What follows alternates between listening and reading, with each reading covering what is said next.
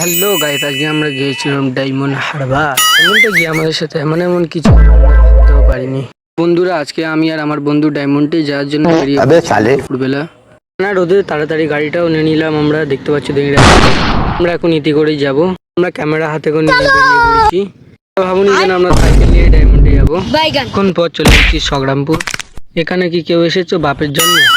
যদি এসে থাকো কমেন্ট করো। বন্ধুরা, সংগ্রামপুরে কিছুক্ষণ দাদাগিরি দেখাচ্ছিলাম, দোকানপাট একটু দেখছিলাম, কোনো দোকানে ঢুকতেও পারছি না, পকেট পুরো ফাঁকা। আর কি করবো, টানা রোদে কিছুদিন ঘুরলাম। কিছুক্ষণ বসে থাকার পর উঠে চলে যাই।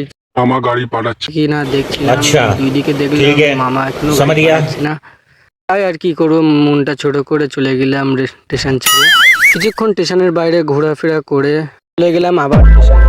যাওয়ার পরে আমার বন্ধুটা একটা ছেঁড়া টাকা দিয়ে বলল চা খাওয়া কি যাবে। তো আমি ওকে বললাম তুই ওখানে কিছুক্ষণ দাঁড়া, আমি আসছি। আমি চলে যাই দোকানের ভিতরে। দোকানদারকে টাকাটা হাতে দেওয়ার পর দোকানদার কিছুক্ষণ মুখের দিক থেকে গেছিল, শেষমেশ আমাদের চাটা দিয়ে দিল। গরমে চা খেতে জিভটাও পড়ে গেল। আমার বন্ধুটা একে দেখে কত সুন্দর চা খাচ্ছে। তাই আমরা চলে যাই ফের স্টেশনের বাইরে। কিছুক্ষণ পর শেষমেশ ট্রেনে উঠে পড়লাম। মামা যদি ট্রেনের ভিতরে এসি লাগাতো এখন ট্রাভেল করার পরে শেষমেশ আমরা পৌঁছে যাই ডায়মন্ড হারবার। আর আমার বন্ধু স্টেশনে ঘোরাফেরা, লোকও আমাদের দুজনকে দেখে বলছিল চল।